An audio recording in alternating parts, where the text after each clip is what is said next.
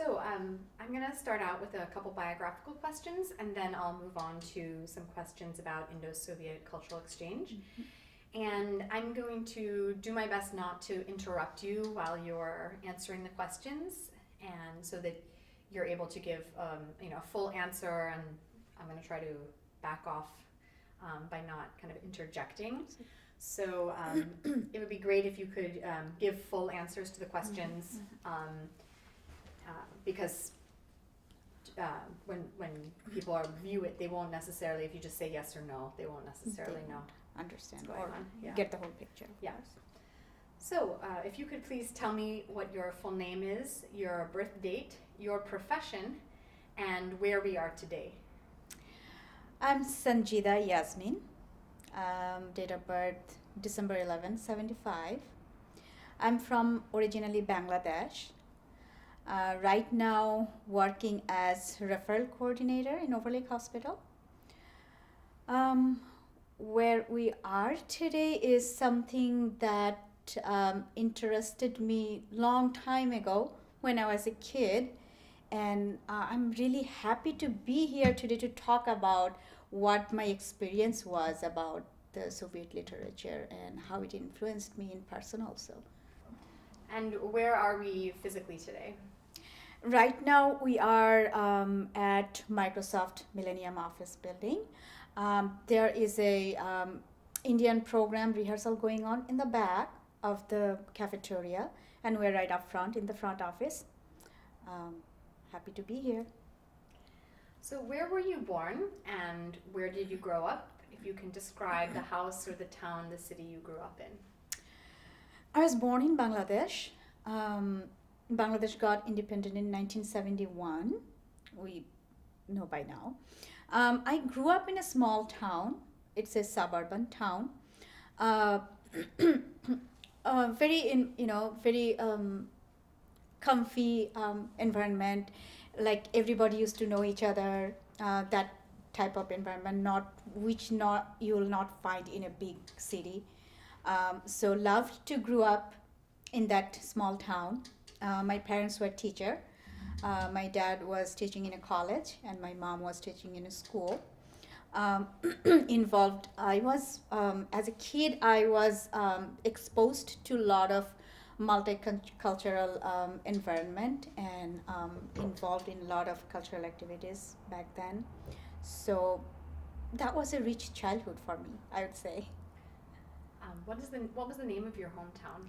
And that is called Bhairab, Bhairab. That's the name. It's by the side of a river called Meghna.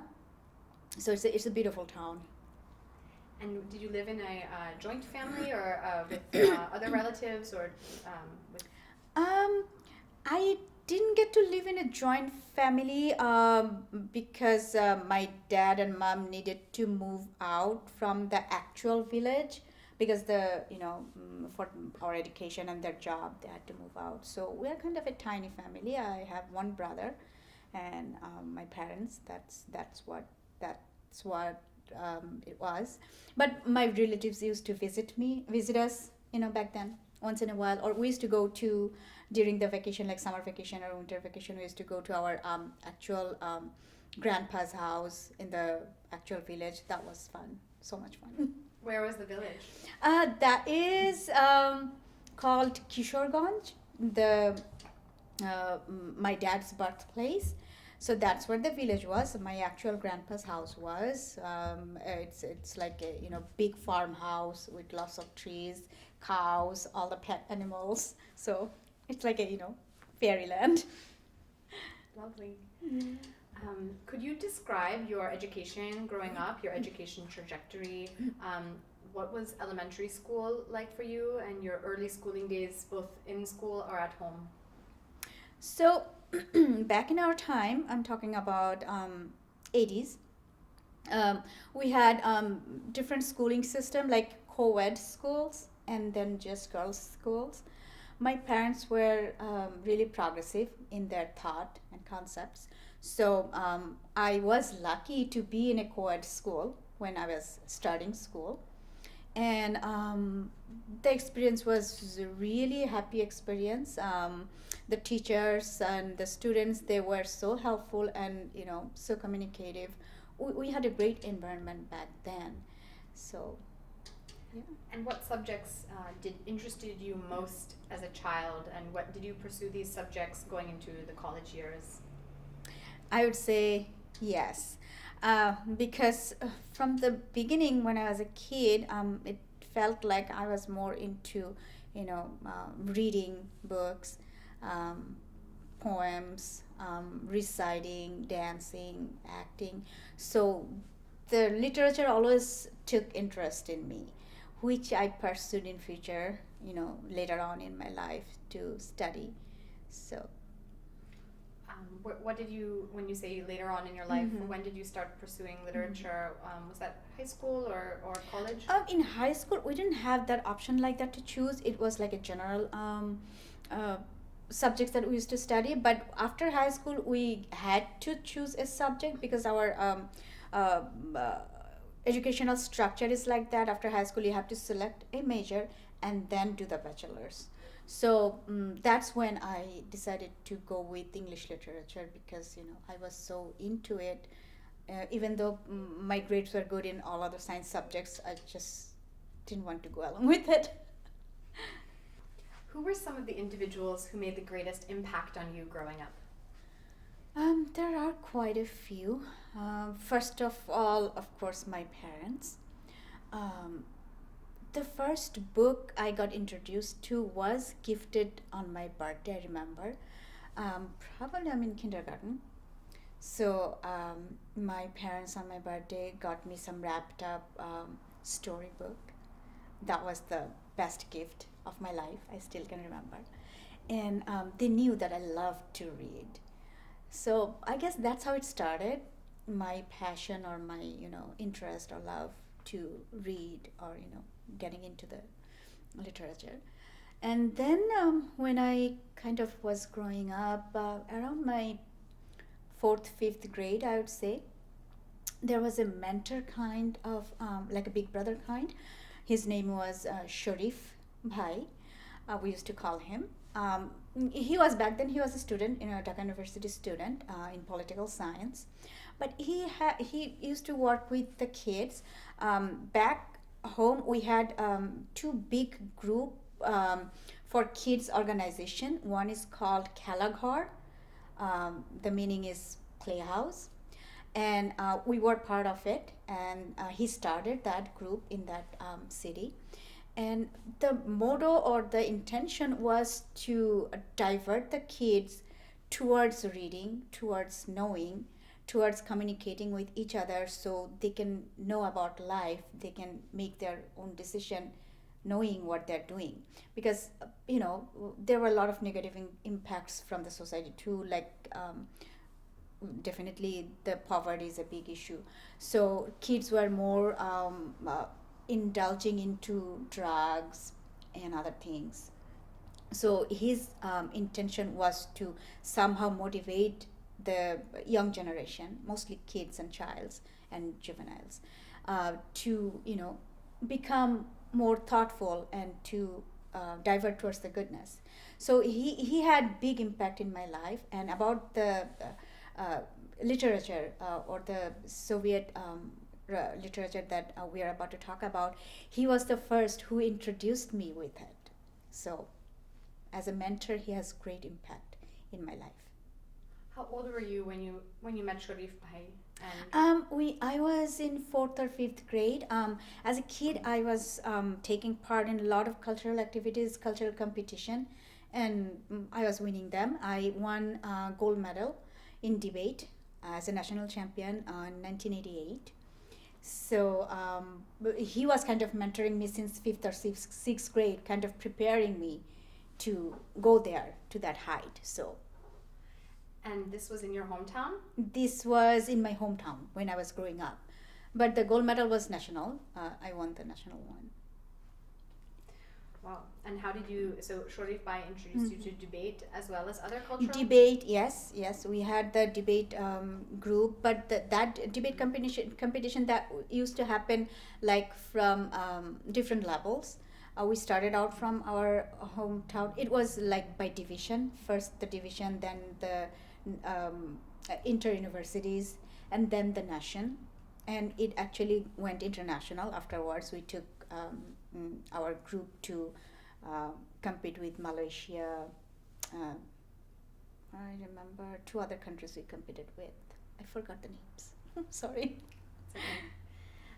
And were you speaking mainly Bengali at home or also English? We were speaking mainly Bengali at home. It's a suburb town, so not much exposed with interactive culture. So it was mainly Bengali. But we learned English as a subject, as a major in school. That's about it.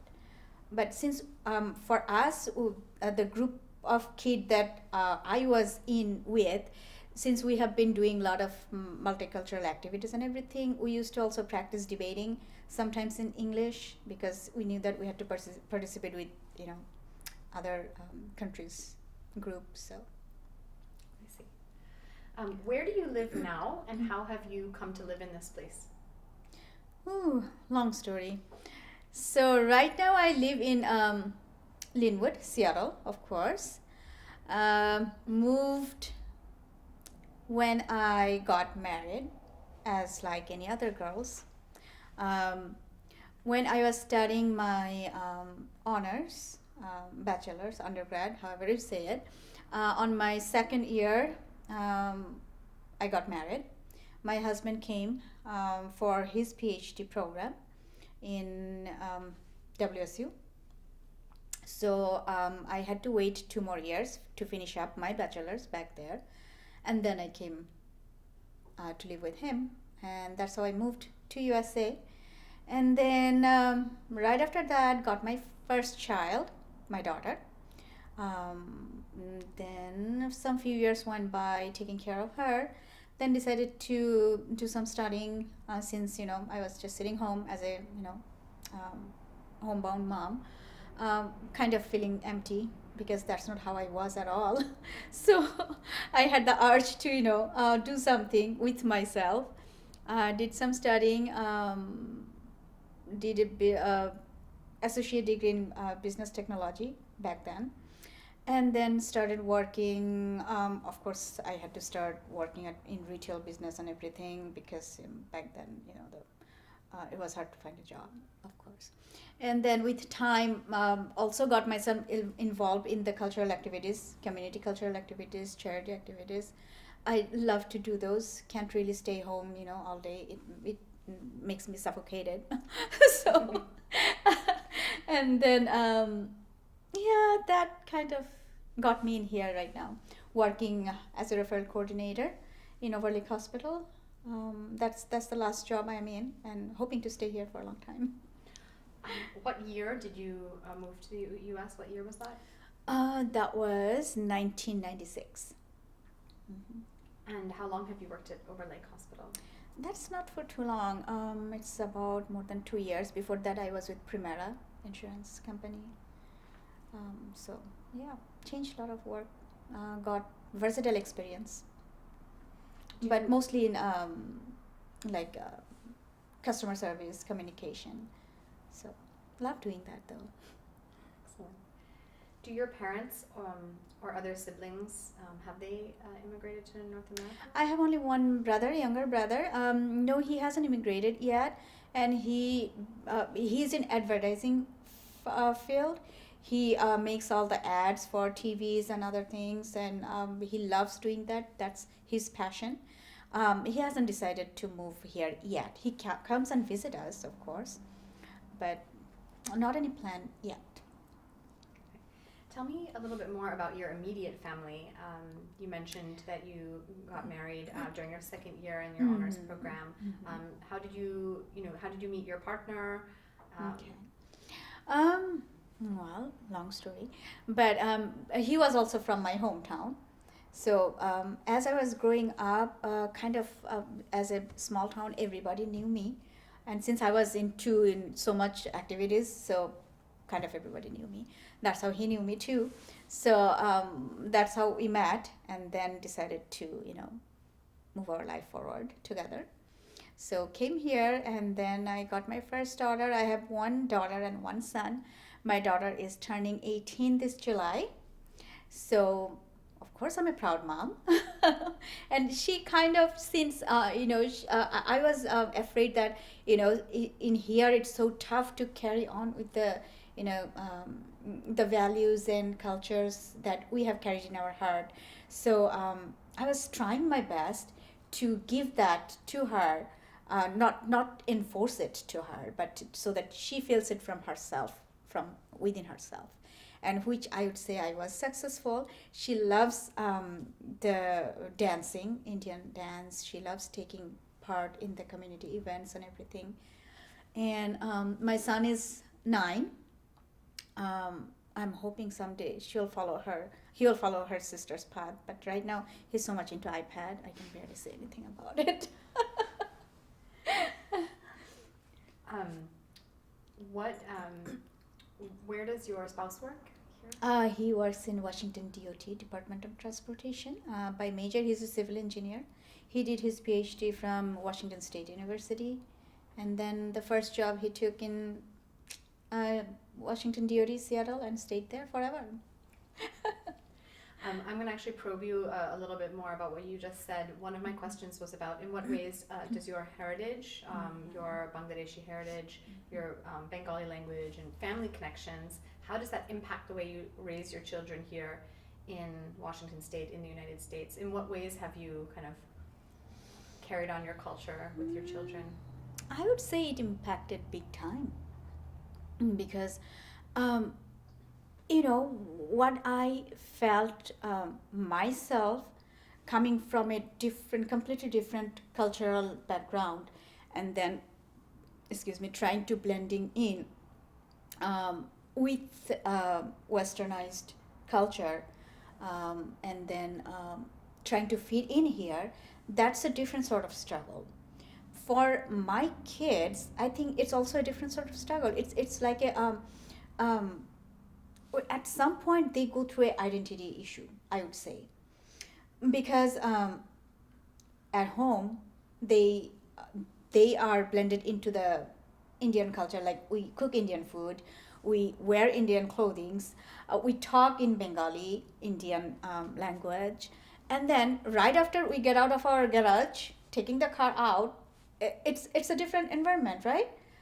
It's a different language we are talking, it's a different clothing we are wearing, it's a different food we are eating. So blending them together, being born here, I think they go through much harder struggle than us. So I was trying to introduce to her my culture, my values, slowly, and that impacted a big time because she grew up consuming both values in her, and that would made her much richer than me, I would say. So yes.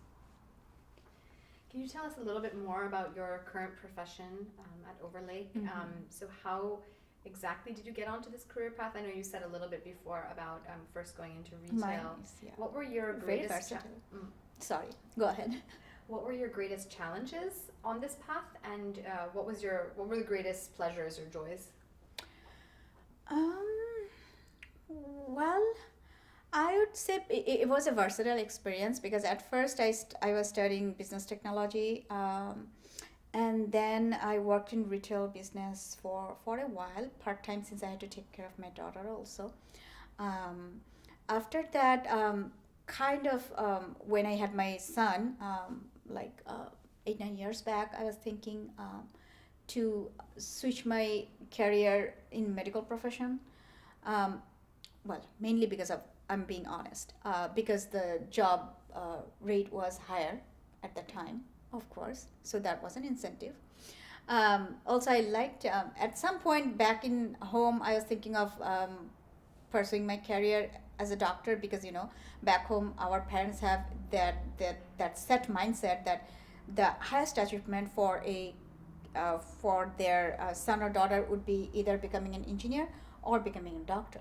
That's the status wise, that's the highest achievement. So obviously I was pushed to that, but I kind of stood strong and went to with my English literature. But after like 20 years, 25 years later, I'm thinking, okay, I didn't do anything that my parents said at that time. Let's see if I can do something about it now.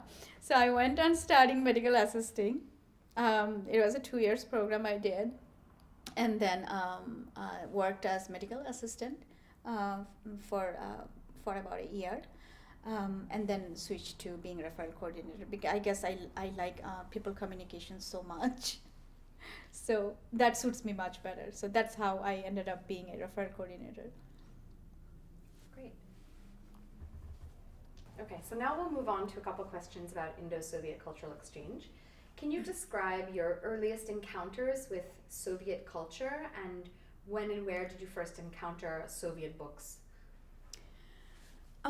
The first one, as I said, my mentor, Sharif Bhai. That was also one of my birthday. I think it was fifth or fourth birthday. I forgot now, fifth or sixth birthday. He knew that I love books, so always my birthday gifts were, books from him. So that the first one I got, obviously it was a Bengali illustration, because I would not understand the English back then at that time that good. So he gave me a few books, 4 or 5 books. One of them was the I'm trying to think of trying to remember the name of the book. It's about the golden slipper. There was a fairy tale at the time. I think, I don't know the writer, Pushkin. I believe so. Forgot now. But yeah, that was the first book, the Bengali illustration I got from him. And then obviously the first, those pictures and everything that attracted me, the dress up, the drew up, how they drew the dress and everything, those that attracted me. And then the story I read in Bengali. And then for some reason, I kind of was thinking, and he used to talk about it also, the Russian books and Soviet cultures, because I think he had friends from Russia. Like at that time, there was a concept of pen friends. They used to write letters, so that concept was very strong at that time. So he had pen friends like that. And the interesting part is later on in my life, I had pen friends from Russia. On my seventh grade, I think I had 2 friends. They used to write me the view cards. They used to send me in like tiny little English note. So I used to love them. So that's how I got introduced. And then after that, the next book I remember reading is the Gorky's mother, in Bengali, of course. It was called Ma. And that book, when I started reading it, when I read it, I didn't get much into it. It felt so hard to me to understand what's going on in there. And then I started rereading it. After 4 or 5 times, that book kind of did a spell on me. I don't know. And also, I guess the discussion that we used to have with our little kids group about the interactive cultures and how the social environments at that time on Russia. So that kind of, I don't know how exactly I can explain, but it impacted me a big time. So I started reading it. And the mom at that time, Pavel's mom, she became an idyllic model for me. So I used to imagine that, how it would be if I could make a difference in people's life like that. Obviously, I didn't, but the thought came to my mind. So it was a great book, and that changed my life, thinking how I used to think. How were other children in the? It was the Kelagor. Kelagor. Kelagor. Were other children also reading Gorky? Other children, no. We used to have a library also. The Kelagor built up a library for the kids. We used to take books from there, read, and then give it back. So we didn't read the book at the same time. But the other children, like in my group, we were 4 or 5 kids, very close. And those are the ones that eventually moved to the debate competition, and then 3 of us won one year after another year national medal in this group. 3 of us did simultaneous years. So, but they also read Gorky, not at the same time that I was reading, because once I started reading, I was talking about it so much, and then they also read it. So, all of my friends read it. Can you talk a little bit about the plot of Ma, or Mother? Well, it's the back at that time, the social environment, how the industrialization was happening, how the exploitation was happening in between the workers, and their dissatisfaction that was growing. And then the socialist group came in, that was introduced by her son, right? The group of her son's friends, who was actually becoming the activist later on. And how the mom, being from that closed mind person, then literally gradually moving towards a open light, and seeing things, how she can also make difference in people's life that she has been seeing being exploited. So that's the idea that kind of grounded into me at that time, that she's a woman and she's struggling herself, and from that she reveals her other identity, that she can become the strength among the those young kids, and she became the strength. So that's really, at that time I was spellbinded by it. You were saying how a lot of these books were in Bengali translation. What was the quality of the translation like for you? Do you remember the translator's names? I don't know. I'm sorry. I don't even remember the translator's name now. But now I get to think about it, the quality of translations probably was not that high. Or it was, how they translated it, it was hard to describe 100% right way. I guess the lack of language barrier, the lack of concept, did not let it make it a really high standard illustration. But at least, we got to introduce with the literature. I would give the credit for that. And you like the illustrations in some of these books you mentioned, the actual pictures? Oh, the pictures, yeah. The drawings, that attracted me, of course. Did you read any books related to science or math or engineering, or was it mainly in literature? Russian culture? Not that I remember. No, not many books in science or maths. No, mostly in literature, because that interested me so much. So I barely had time to move in other subjects. Were you usually reading these alone once you're able to read, or was your family at all, your parents, involved in reading Soviet literature too? No, I was actually reading myself, and I used to love reading myself, hiding under my actual textbooks so that they don't know I'm reading storybooks. At that time, parents were very strict about, how much time we were spending reading outside our textbooks. So I had to hide it.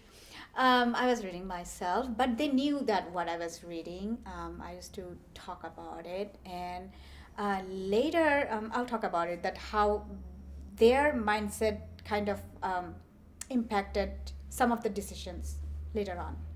I'll talk about it later. Did you read any Soviet periodicals or magazines? No, we didn't have those magazines available in the library. There were mostly books. and not too many collection of Soviet Russian books, because at that time, of course, how the social norm was, being a conservative society, and being known from on the top level that Soviet or Russian inclinedness towards communism. Um, it was, I guess, from parental side, it was not much appreciated or encouraged to go on reading or getting exposed towards Russian culture, because they used to fear that, the kids is going to, um, uh, I mean, go towards communism, and then it'll be hard to, control them, move them back to what the parents wants kids to think. So that barrier was there, even though not directly, but indirectly, I would say. And in what meaningful ways did Soviet books or this literature influence your wider ways of thinking about the world and your imagination, or your view of the world? You already mentioned a few points, but Generally, it did impact my growing up. Uh, Molding myself, being who I am. Um, when I was reading those books, Gorky's mother, and then later on, I got to read War and Peace. I got to read Tolstoy's, what is the book? Anna Karenina. So, reading those books definitely has to think a lot, being a kid and being growing up a teenager also. How the social norm goes, how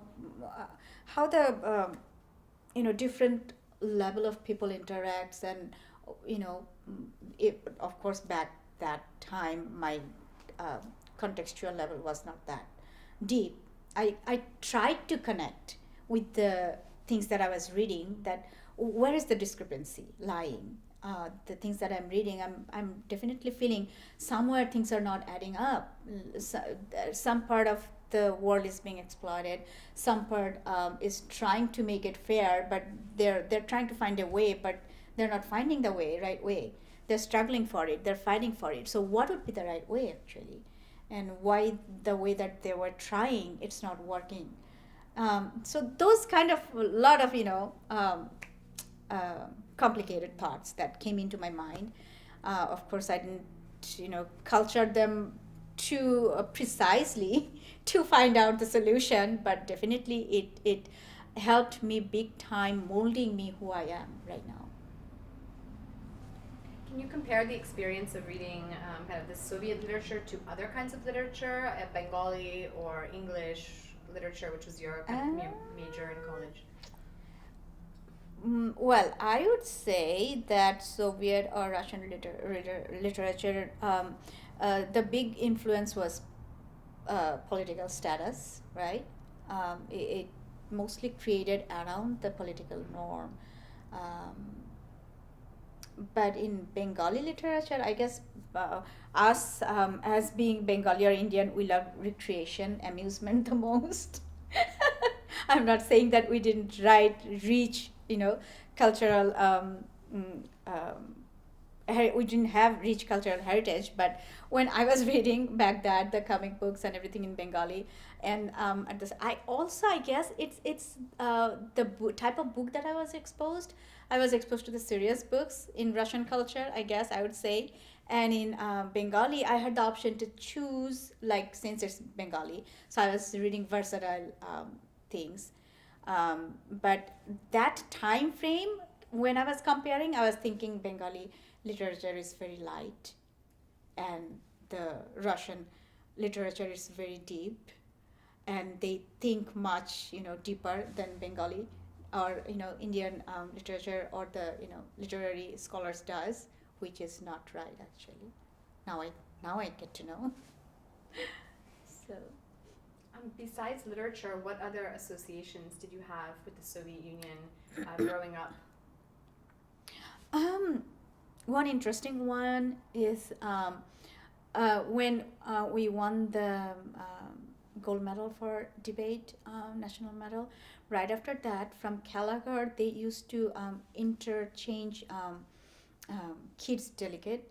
It's like a study tour. They send out 5, 6 kids to other countries, and other countries' kids comes in for about 2 weeks. So, with my mentors, Sharipai's help, my name was submitted there, so I got nominated, one of the 5 kids from Bangladesh, to go to Russia for 2 weeks. No, the story doesn't end happily. And then, of course, I was excited. I was on the moon. Then I wanted so bad to go. There comes my parents, and with their mindset of thinking that back at that time I was so much into reading the communism, the history of communism, the socialism, and trying to understand what's going on. And my mentor was kind of helping me along with that. My parents were kind of getting scared that I might move myself towards that, and then when I get more involved into the Russian culture, it will be hard for them to take me away from there. So they just decided not to let me go. They So of course I couldn't go, but that was a great disappointment, because I would love to go and explore, since I've been reading their culture for so long. So that was a disappointment, but that was an interesting encounter also. What year was that? That was also 1988. Okay. So was the geopolitical relationship between Bangladesh and the Soviet Union ever discussed in your family? And how did these larger geopolitical relationships affect you as an individual or your family? Not necessarily in a particular way. It was discussed within the family members, the geopolitical interest or relationship between Russia and Bangladesh. But since we were introduced to Russian culture, Russian politics, through our mentor and through my reading, once in a while I would have a conversation with my dad. Sometimes, in a cup, over a cup of tea, that how it would be like if the country was moving towards communism, and what would be the economical status right now if we imply that concept, how it can contribute to eliminating poverty. Definitely my dad would have been had different opinions, because he would say it would have failed because of the social structure or socio-economic structure of how Bangladesh was born, how Bangladesh was created after the independence. Everything fell apart, kind of. So we had to start from scratch. It's a broken country. When we acquired independence, it was a totally broken country. There was no political power to lead. There was no economic structure to start with. So back at that time, my dad was saying, if as a child I was asking that the communism would have been make it all even and fair, but he would try to explain that how it would not imply proper way at that point in our country to bring out the most positive result. So it did impact. I guess we did discuss it in a way sometimes.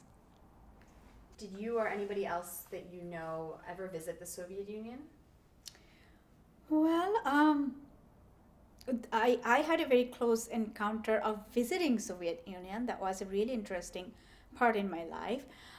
When I won the gold medal on debate, right after that, from Calagar, the organization that I was with, they selected five delegates, like five kids from nationwide, to do an inter-exchange program. At that time, it was very popular.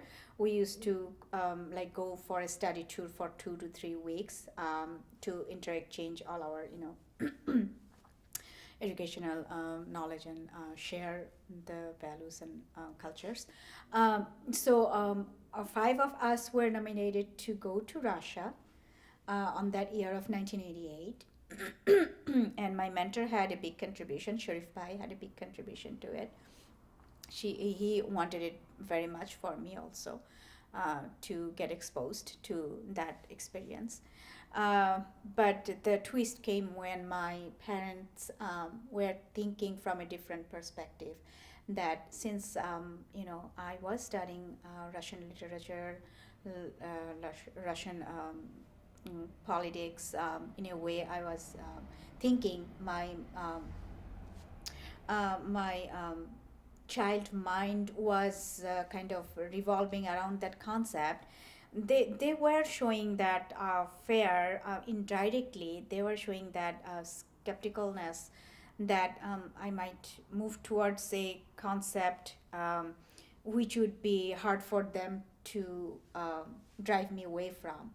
So they decided not to let me go on that tour, and that disappointed me a great deal. I even, argued with my parents days after days, oh, why and how they should let me go. But of course, the parental decision comes first at that age, and they had a conflict. My mentor and my parents had a conflict, like mental conflict, over these issues also, and that went on for quite a while after a few years. So that was the closest encounter of myself in person, to be in touch with Russian culture and Russian uh, environment, or everything, but was not lucky enough to go there. Um, Perhaps you can talk a little bit more about Kelagor. It seems like a very fascinating place that was extremely important for you. Can you describe, how often you would go there, what the environment was like, what its purpose was? That was a great organization, and that had a great impact on me, of becoming me who I am today. And the organization it is a kids organization. It is a nationwide organization. It has all its branches in every cities. It would organize the yearly cultural events. Like it will celebrate all the Independence Day, um, our national poet's birthday, like that. Organizing cultural events, cultural competition, taking part in different multicultural interactive activities also.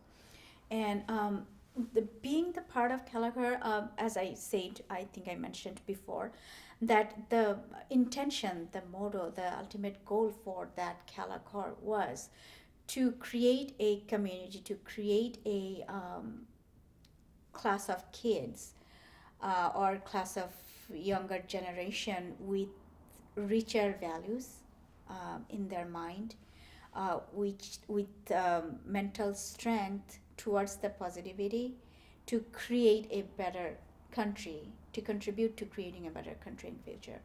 So that positiveness, that light of mind, kind of absorbed by the kids, by us who were the part of that organization. And it was a part of our life growing up, each of the steps, and we took those concepts in us. So we were people could differentiate us as a kid from a normal kid, from an average kid, through our concept, through our understanding, through our confidence level, to make a difference. So You mentioned earlier that um, your confidence level might have been higher than other, particularly women. Can you perhaps describe a yeah, little? yeah, it has great impact.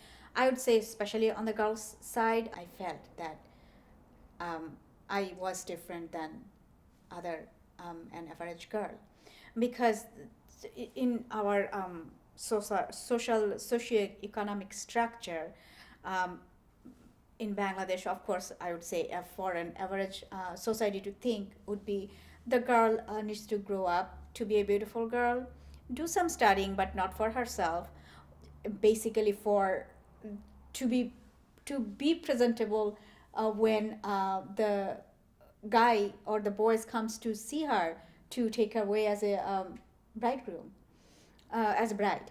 So that was the social concept. Even when I was growing up, it was not changing much. I was seeing around me, and I was being asked, proposed by families, by boys, to get married, because I was just everybody says she's beautiful, so get her married. There's no point making her study for further studying. What she would do with the study? She would have to do the cooking and cleaning, and she would have to raise her children. So there's much point of life. That was also the concept, average concept. Even my grandparents were thinking that way, right? Because they were not much literate. They were thinking, why the girl has to study that much? What's the point of it? So that's what I was saying. The Gallagher, how it molded me, it it helped me absorb the confidence, the mental strength, where I can stand up against the social norm, and I can speak out my inner voice and support it, even though I'm facing pressure, I'm facing social um, how would I say, social negative approaches. So Gallagher impacted the girls, the I mean the average society also, how to think differently, how you can make a difference by making yourself um, confident about you, who you are, and stand up for it. So yeah, that's a big difference. It kept on making on people's life. And how was it that Soviet literature made its way into the Kalagor? In generally with Gallagher, I don't know how much connection I can make, like for Soviet cultures, or cultural inter activities, how it impacted. But in a as a person, I was greatly impacted or influenced by it, by studying it, by talking about it, as I said. So it was In more than general, mentor. studying took a big part in Gallagher. Like, we had a library, as I said. We had a big library for Gallagher itself, and we used to just exchange books from, like, kids also. Whoever, like, my personal books, I would uh, turn it into the Gallagher library, and other kids, their personal books, they will turn it into the Gallagher library, and then we'll interchange it, we'll read it through. So it was greatly encouraged by our mentors to read and read, and to be enlightened with the light of it. Do you know anything about your mentor's background? How he came to be this kind of, how he came to be a mentor, and also how he came to give you Soviet literature? I did not actually, inquire about that much, but he was a student of political science in Dhaka University. He was studying, and he was also involved in I guess at the time in the political field. I don't know how much to how big of an extent, but also like cultural activities. He was very much involved, and he loved kids. Even though he was a young guy, he loved kids, being with kids, and he made difference in each individual kid's mind in a different way, I would say. He had that ability to influence kids.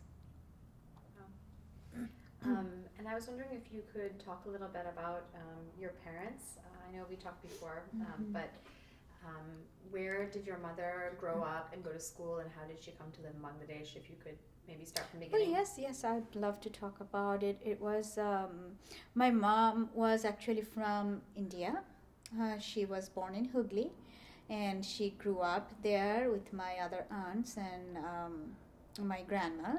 Uh, she did her bachelor's in Hooghly University, and then when around 60s, there was a riot happened. I forgot the year. After that riot, the social, um, I guess, it changed a little bit. It was getting a little bit harder for the Muslims to stay in a minority area, and especially being girls, young girls. My mom's family side, her dad died when they were young, so without any like strong male influence, it's hard to really cope with the pressure. So also my aunt was married to Bangladeshi families. So two of my aunts were living already in Bangladesh. So they decided to move to Bangladesh. It would be easier for them. I guess at the time they were thinking. That's how she moved after graduation. Around 65, 66, I would say, not exact the year I remember. And then, right at the year of 1971, when the Independence War was happening, she got married with my dad. And it was a very quick marriage because the whole environment was so, was in unrest and so agile. So that was really quick. They got married. That's what I heard. And then from right after 71, my dad graduated from the university, and then he got a job, and they moved to the suburban town Bhoirab, where I was born in Dhaka, and then in the hospital, and then we all moved to that suburban town and grew up there. So yeah, she also had to experience that migration, the way of things that's changing in our life, and co-op with it, with the different cultural environment, different pressure also. And my mom was a very strong woman. I also learned from her a lot about how to take on to life and go on with it, no matter what comes. So yes, she's a great influence in my life too. And what about your father's side of the family, or what was your father's? My father's side, my I had three aunts from my father's side and one uncle, and they lived not with us. They lived in different cities, but they used to visit us. We used to have gathering in our like religious celebration when we used to have it, or in the New Year's Day. We used to have all the family get together, or sometimes my grandpa was. He stayed in the village most of his life. He used to come visit us, but he didn't like that um, urban environment. He would not like it. He likes open and farmhouse settings. So he loved being in his own you know castle, I would say. So quite a interesting experience growing up, the childhood. And several decades have passed now since the breakup of the Soviet Union. How has your Yes. exposure to Soviet culture, your immersion in Soviet literature, how did it impact the life, the kind of life you're living today, and the kind of person you've become? Well, later on my life, I definitely kind of had to move on towards the flow of life. Um, as much attached, as much inclined I was towards Soviet culture or economic structure or economic style back when I was as a kid, and I was trying to kind of I was thinking of, it's like a magic wand that would change my country. What's the discrepancies that I was experiencing being a kid? Around me, the lot of poverties, lot of unfair treatments, the classification that I could not make sense out of being a kid, that why somebody is living in a 3 stories high rise building and someone is living under the tree, and I'm watching them from my porch, that this kid doesn't have food or doesn't have money to go buy every day. uh, where these discrepancies comes from and how I can make it all even. That time, being introduced to Soviet culture or Soviet economic styles and communism, um, uh, made me think that probably that would be the best way to go approach to eliminate all those discrepancies at that time.